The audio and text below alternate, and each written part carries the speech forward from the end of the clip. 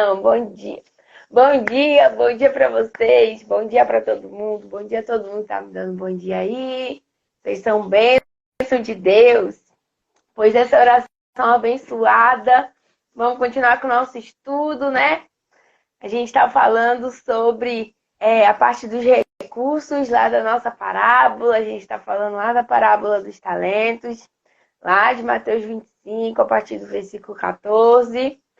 E a gente tem andado nela, né, esmiuçado ela. E quando chegou nessa parte dos recursos, eu estou sempre repetindo isso, o Senhor pediu para enfatizar, falou comigo, ministrou no meu espírito, para que enfatizasse esses 4 recursos que a gente está falando. A gente já falou de 2, e hoje a gente vai falar de mais 2, né? A gente falou aí das características, falou dos irmãos, da igreja, do corpo, da família, que é tudo uma coisa só, foi tudo um recurso só, os irmãos. E agora, eu acredito que hoje a gente vai falar de mais 2, dos outros 2, que é o recurso do tempo e o recurso da palavra. E eu acho esses 2 muito peculiares, na verdade eles se complementam, a gente vai ver isso. E queria que vocês ficassem atentos, que vocês prestassem bem atenção, para que, como eu sempre tenho dito, a Havana também diz, para que a gente possa colocar em prática o que temos aprendido da parte do Senhor. Temos feito atividades, passado atividades todos os dias, espero que vocês estejam fazendo as atividades. Ontem mesmo eu falei, Senhor, me ajuda a fazer todas as atividades, me ajuda a colocar em prática, porque é isso que vai fazer diferença na nossa vida. A gente cheio do Espírito Santo, colocando a palavra em prática. Amém? Vamos lá, então? O recurso do tempo. Quando eu vou falar de tempo, eu queria que a gente... eu sei que a gente conta o tempo, né? Nossos segundos, minutos e horas. O tempo que o Senhor deu aos homens. Aqui na nossa cultura, nós temos um determinado calendário. Temos... determinados marcos no calendário, temos estações, mas hoje eu queria que a gente olhasse o tempo como uma oportunidade. Queria que a gente visse esse tempo como, entendendo esse tempo como oportunidade. E peço a Deus que me abençoe para que eu consiga falar com vocês segundo o coração dele, e abençoe vocês para que consigam internalizar o que o próprio Espírito quer falar. Na parábola, a gente viu quando o Senhor falou com o servo mau, né? A gente viu que o servo, ele negligenciou o tempo, um tempo que foi dado a ele. E quando a gente olha a parábola, quando a gente lê a parábola, a gente percebe que na parábola está escrito assim: e depois de muito tempo, o Senhor voltou. Quer ver? Lá, deixa eu olhar aqui. E foi viajar. Dividindo, entregou os segundos 2 talentos, o último, e depois foi viajar. Aí conta o que os servos dizem, depois diz assim: depois de muito tempo, o Senhor voltou de viagem e os chamou para prestarem contas. Então, se tem uma coisa que a gente vê na parábola, é que o Senhor deu a esses servos recurso do tempo. Porque, por misericórdia, houve muito tempo. O Senhor não deu a semente, no caso, os recursos para eles plantarem e voltou no dia seguinte, seja lá o que eles fossem fazer, para multiplicar, para semear, para investir, para depositar no banco. O Senhor deu tempo para que houvesse o crescimento. Então, a gente vê que um dos recursos que está na parábola é o tempo. E a gente vê que esse servo mau, ele negligenciou o tempo. Porque por mais que ele tenha dito assim, enterrei porque tive medo, o Senhor é um homem severo. Eu já fiz essa pergunta aqui, eu sempre fico me perguntando o que é que esse servo fez durante esse tempo todo, esse muito tempo que o Senhor não voltou, e que os outros servos estavam investindo, plantando, multiplicando. O que esse servo estava fazendo? O que ele fez com esse tempo inteiro que ele deveria estar semeando, multiplicando, trabalhando, sendo um bom mordomo, servindo ao Senhor? O que ele fez? E essa é a pergunta que eu faço para você e para mim hoje. O que a gente está fazendo com o tempo que o Senhor nos deu? O que a gente está fazendo com as sementes que o Senhor colocou na nossa mão, usando esse recurso do tempo que o Senhor nos deu? A gente sabe que na Bíblia fala sobre tempo, né? Às vezes a gente não consegue discernir muito bem o tempo do Senhor. Às vezes a gente só quer usar o tempo para ter respostas. Quando que vai acontecer? Em que dia que vai acontecer? Em que dia que o Senhor vai voltar? Em que tempo acontecerão essas coisas? E em relação a essas respostas, o Senhor diz aos discípulos: não cabe a vocês saberem sobre isso.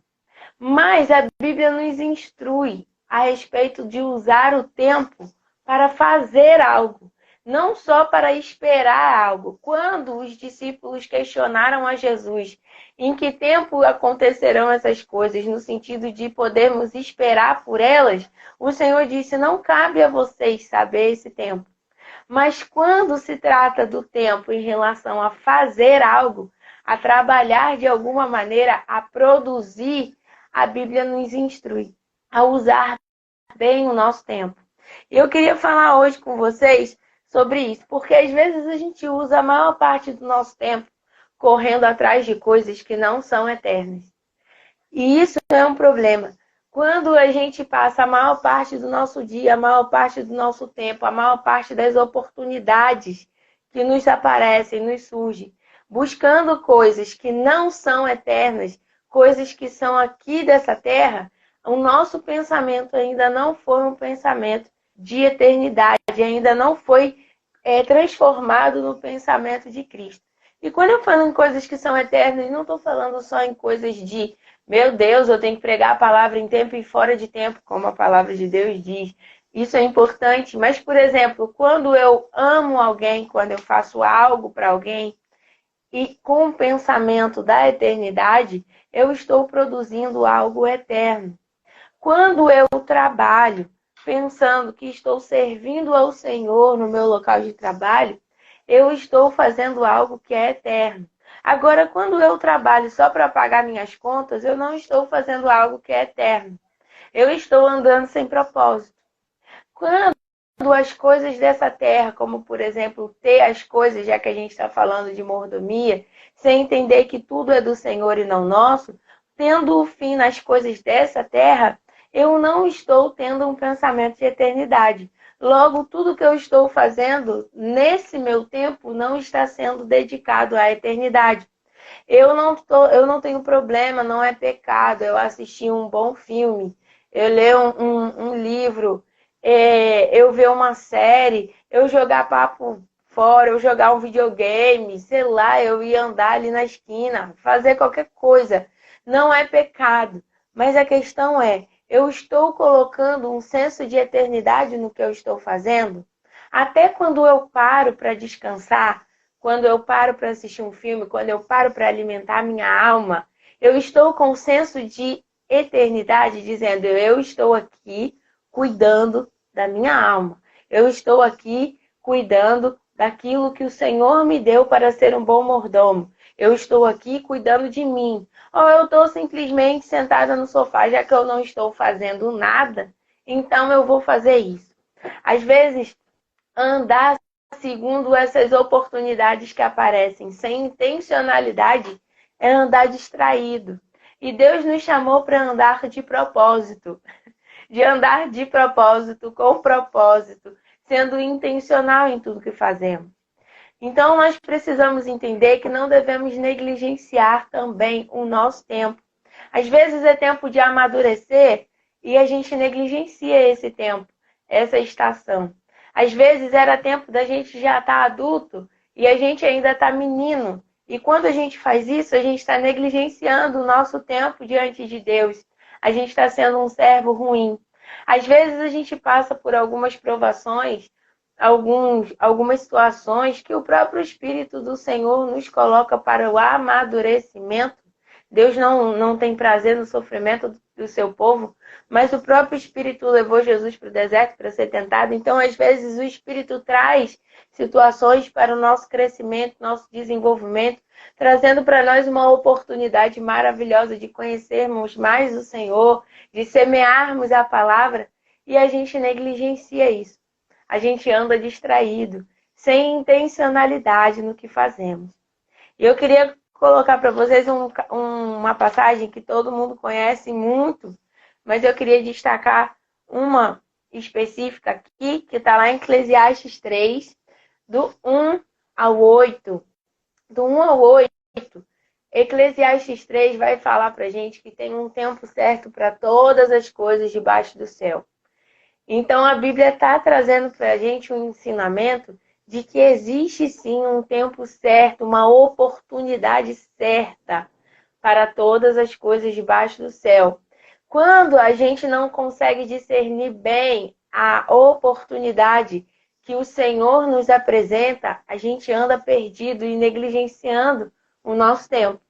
A gente precisa ter discernimento profundo através do Espírito Santo que fala conosco, que ministra o nosso coração, da oportunidade que está se apresentando à nossa frente.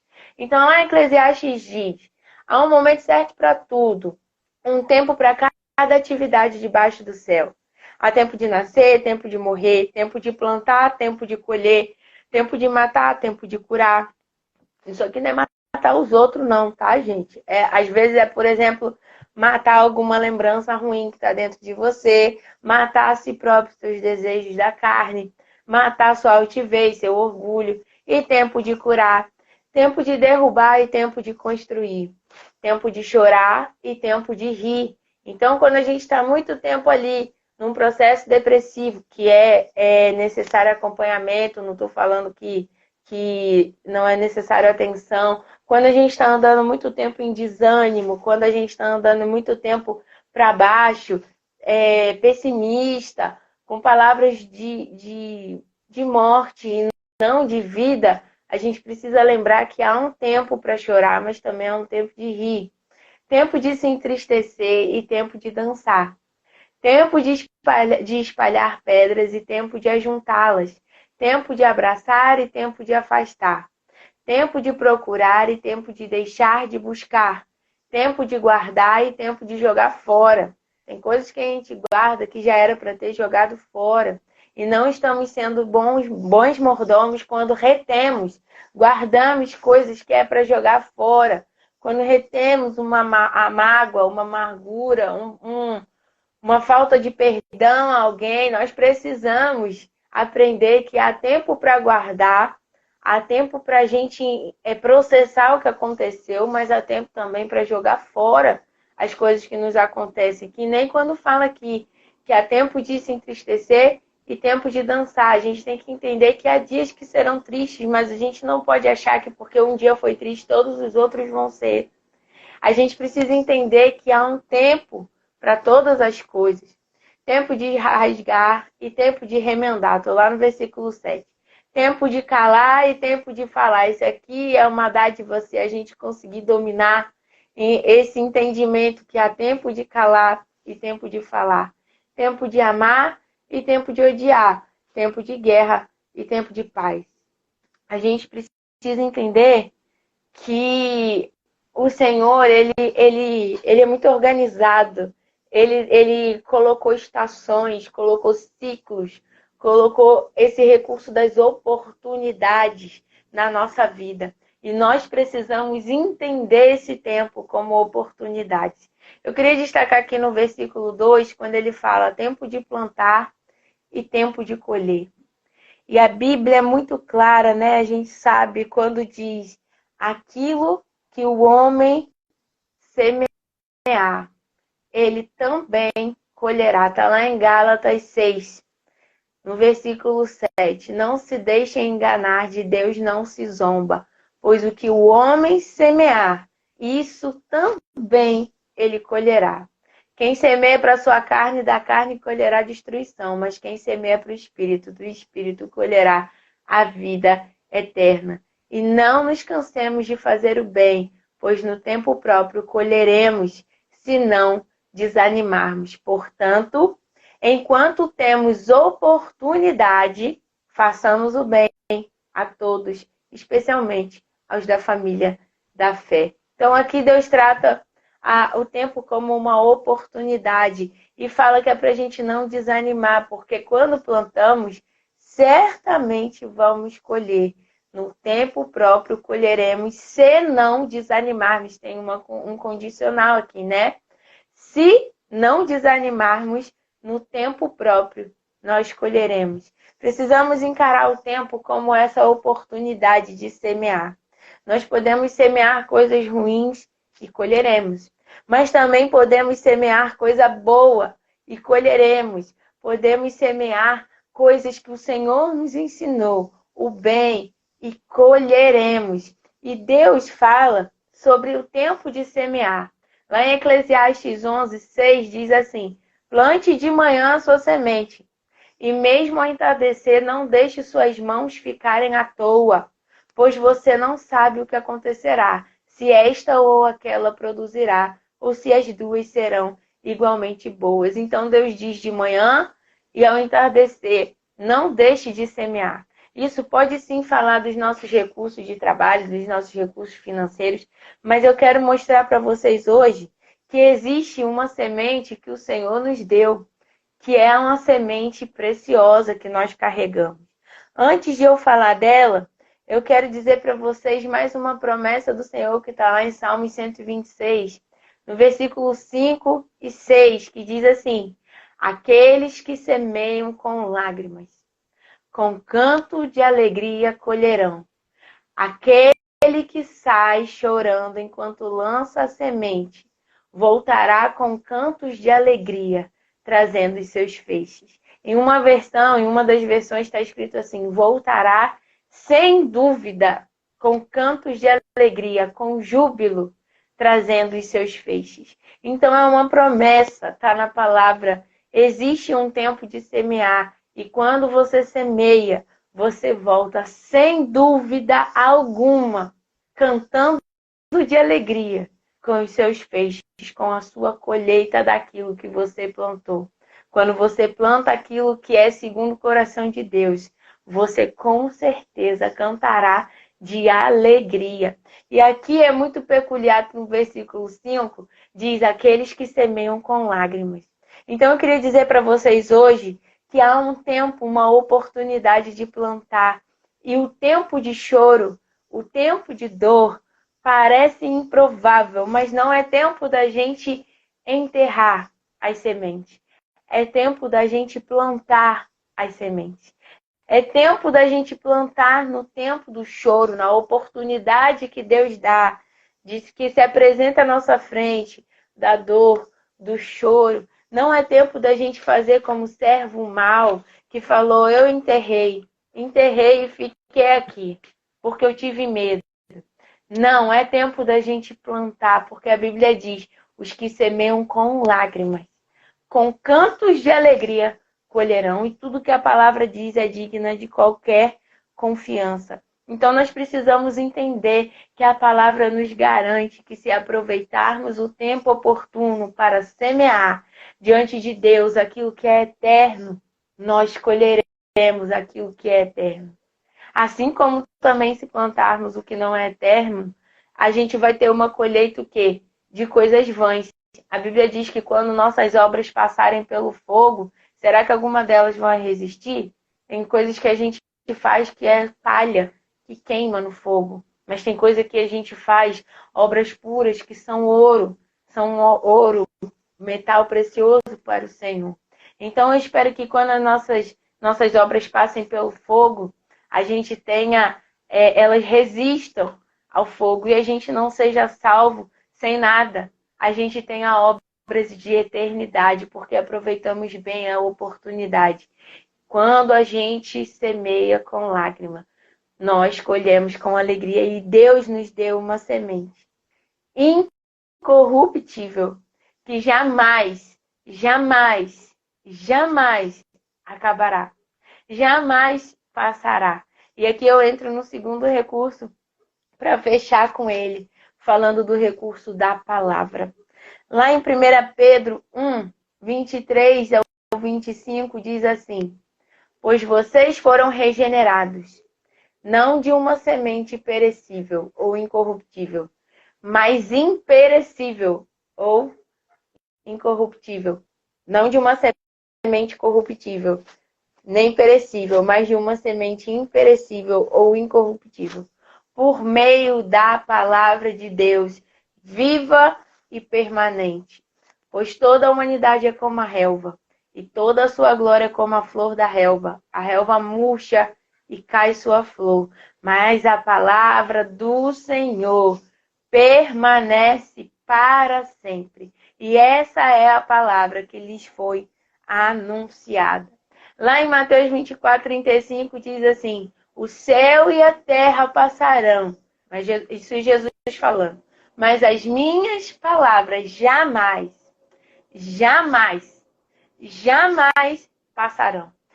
Então eu e você recebemos um recurso de uma semente que dura para sempre. Eu e você temos o recurso de uma semente eterna. Então, quando as oportunidades aparecerem na nossa frente, nós precisamos ter uma bolsa cheia das sementes dessa palavra, para que a gente plante para a eternidade, seja em tempo ou fora de tempo, no choro ou na alegria, na cura ou na doença, na dor ou na bonança, na escassez ou na bonança, na dor ou na exultação, no júbilo. A gente precisa ter essa semente. Qual é a semente que eu vou plantar nessa oportunidade que apareceu na minha vida? Ah, mas era uma oportunidade que me trouxe dor. Mas eu tenho uma semente eterna para plantar no meio dessa oportunidade que o Senhor me deu. Deus não dá oportunidade para a gente à toa. Deus não faz algo aparecer na nossa frente à toa. Ele sabe que existe uma semente para ser plantada no meio do cenário de oportunidade que Ele coloca na nossa frente. A gente enxerga a oportunidade só como uma porta aberta, como algo favorável, mas os momentos ruins também são oportunidades para que a palavra de Deus seja plantada. Mais do que a gente conhecer a Deus, o que é essencial, a gente precisa ter noção de que Ele sustenta todas as coisas pela palavra dEle. Eu, você, o mundo, o universo, tudo foi criado e sustentado pela palavra de Deus. A gente precisa entender que a palavra de Deus é poderosa, viva, eficaz, é ela que sustenta a mim e a você em todo o tempo. É a palavra que saiu da boca de Deus que faz você estar aqui nessa live, vivo, e eu também. As palavras de Deus são promessas na nossa vida. Elas não passam, elas são eternas, elas são dignas de toda a nossa confiança. São promessas, sementes que o Senhor nos deu para que a gente acesse no tempo oportuno. Eu achava que nada podia acontecer com quem tem uma promessa. Nada. A pessoa tem a promessa, ela está guardada, protegida, resguardada em tudo. Só que nesse processo que eu estou passando esse ano, uma das minhas maiores lições, que foi que o Senhor me ensinou a amar ainda mais a palavra, o Senhor disse para mim: filha, você achava que nada podia acontecer com quem tinha uma promessa. Mas eu quero te ensinar que pode acontecer qualquer coisa com quem tem uma promessa, porque no final é a palavra que prevalece. Então, qualquer coisa pode acontecer na sua vida. Se você semear a promessa, se você semear a palavra, sem dúvida, é o que a gente leu, você colherá o resultado dessa semente com cânticos de alegria. Foi o que o Senhor nos prometeu. Então eu quero deixar para vocês hoje esses dois recursos. Que você aproveite o seu tempo como uma oportunidade. Seja um tempo favorável ou desfavorável. De muita coisa ou de pouca coisa. Como Paulo falou, aprendi a estar contente em toda e qualquer situação. Eu posso todas as coisas naquele que me fortalece, porque eu tenho uma semente. Eu tenho um espírito dentro de mim que me faz lembrar das sementes, que me ajuda a carregar a semente, que me ajuda a plantar a semente, que me ajuda a a viver crendo nessa semente. Então, que você possa olhar para as situações como oportunidade. Seu tempo é uma oportunidade. Não desperdice a sua oportunidade. E tenha a palavra, a semente incorruptível, como seu recurso de vida, de que te sustenta. Você pode não ter nada, mas se você tem uma palavra do Senhor, você tem tudo. Absolutamente tudo isso é real. Que você possa ter sede e fome pela palavra de Deus, para que a sua bolsa de semente esteja cheia de semente. E quando chegar aquela oportunidade, você vai falar: eu posso semear aquilo aqui. Eu posso semear o que está escrito nesse versículo aqui. Olha, foi para esse tempo que eu aprendi e guardei a palavra daquela passagem. Foi para esse tempo que eu guardei isso no meu coração. E você vai semeando. E a sua vida e a minha vida se tornam um palco de milagres, um palco da palavra incorruptível de Deus em ação, porque eu e você plantamos, mas nós precisamos plantar para que haja colheita. Nós precisamos falar: eu vou depositar esse versículo aqui, nessa situação.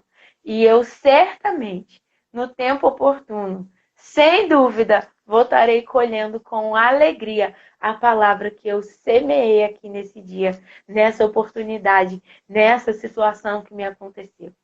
Então, que hoje a gente possa entender esse recurso precioso do tempo e da que é a oportunidade, para que a gente ande segundo as estações determinadas por Deus, os ciclos determinados por Deus, para que a gente não atrase nada, nem acelere no sentido de ansiedade, nada. Que a gente viva realmente no tempo de Deus, nessa vontade perfeita de Deus e o recurso da semente incorruptível que eu e você temos. Não há desculpa para a gente negligenciar nem o tempo, nem o plantio, nem a semente